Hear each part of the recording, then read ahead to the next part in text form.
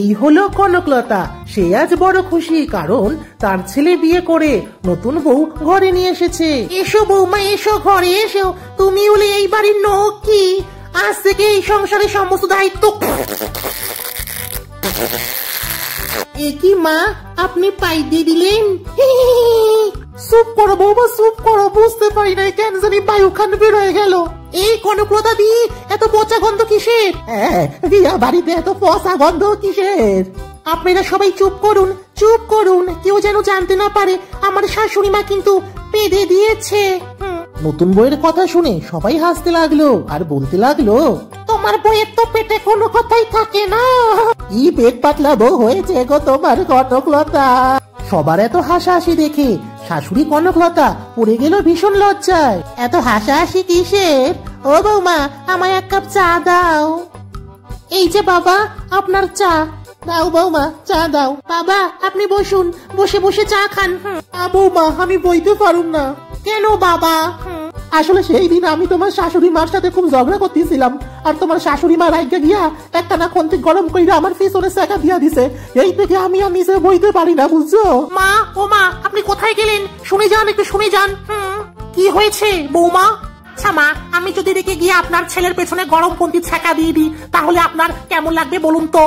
একদম ভালো না। তাহলে আপনি কেন রেখে গিয়ে বাবার পেছনে গরম পন্থী ছ্যাঁকা দিয়ে দিয়েছেন? এরপর আবারও নতুন বইয়ের কথা শুনে বিয়ে বাড়ি সবাই হাসতে লাগলো, আর শাশুড়ি কনকলতা আবারও পড়ে গেল অনেক লজ্জায়। গো, বলতেই হবে, তোমাদের ছেলের বউ সত্যি সত্যি ভীষণ পেট পাতলা। মা, ও মা, আমার বস ফোন করেছিল আগামীকাল আমাদের বউ ভাতের অনুষ্ঠানে তো আসতে পারবে না, তাই আজ আসছে। মা, বস আসলে তোমরা ওই বেটাকে ভালো করে তেল মাখাবে, হ্যাঁ, আর ভালো করে রাক্ষসটাকে গিলিয়ে দেবে। যা পেটুক রাক্ষস, ওই বেটাকে ভালো করে তেল মাখিয়ে গিলিয়ে দিলে আমার প্রমোশনটা অফিসে হয়ে যাবে। হ্যাঁ, কোথায় সুরেশ বাড়িয়েছো? আসুন স্যার, আসুন আসুন আসুন স্যার, বসুন স্যার, বসুন বসুন বসুন। নতুন বউকে তো দেখতে পাচ্ছি না, নতুন বউ কোথায়? এই যে পেটুক রাক্ষস স্যার, আপনার জন্য একটু গরম গরম তেল আনতে গেছিলাম। গরম তেল দিয়ে কি হবে? বৌমা, চেপে যাও। হ্যাঁ, এই তেল সেই তেল নয়, চেপে যাও। কেন মা, আপনার ছেলেই তো বললো ওর পেটুক রাক্ষস বসটা আসলে ভালো করে তেল মাখাতে, তাহলে এই রাক্ষসটা ওর প্রমোশনটা করে দেবে। ও আর ভালো করে মিষ্টিও গেলাতে, তাহলে এই রাক্ষসটা ওর প্রমোশন করাবে। আমার নামে এইসব বলা হয়েছে? কাল অফিসে আসো, তোমার প্রমোশন তো দূরের কথা, 1 মাস তুমি বিনা বেতনে কাজ করবে। আমি চললাম। স্যার দাঁড়ান, স্যার ও স্যার যাবেন না, দাঁড়ান। বাবা, বিরক্ত কর, এ বউ দেখছি বেশি পেট পাতলা, বিরক্ত কর। এরপর কনকলতা ও তার স্বামী ও তার ছেলে নতুন বউয়ের উপর খুব রেগে গেল। তারা নতুন বউকে বাড়ি থেকে তাড়িয়ে দিল। নতুন বউ বাপের বাড়ির উদ্দেশ্যে রওনা দিল। ও পথে 2 ডাকাতের কথা শুনতে পেল। তারা বলাবলি করছিল,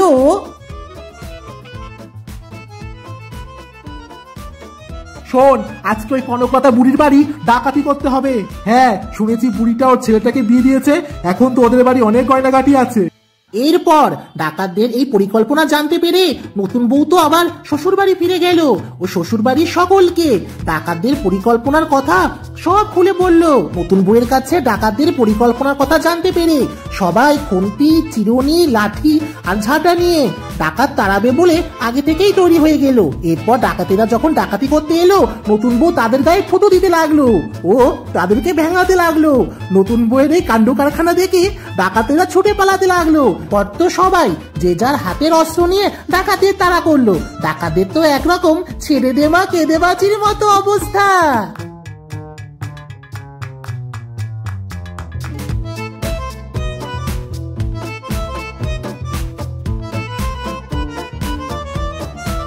কনকলতা দি, তোমাদের বৌমা আগে থেকে এসে সাবধান না করে দিলে? ঠিকই তো, তোমাদের কিন্তু বড় সড়ো অনেক ক্ষতি হয়েছে তো কনকলতা।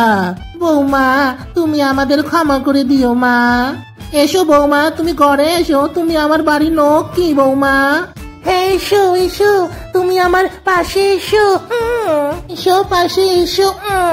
মা, দেখুন আপনার ছেলে কি দুষ্ট হয়েছে, আমার দিকে তাকিয়ে চোখ মারছে।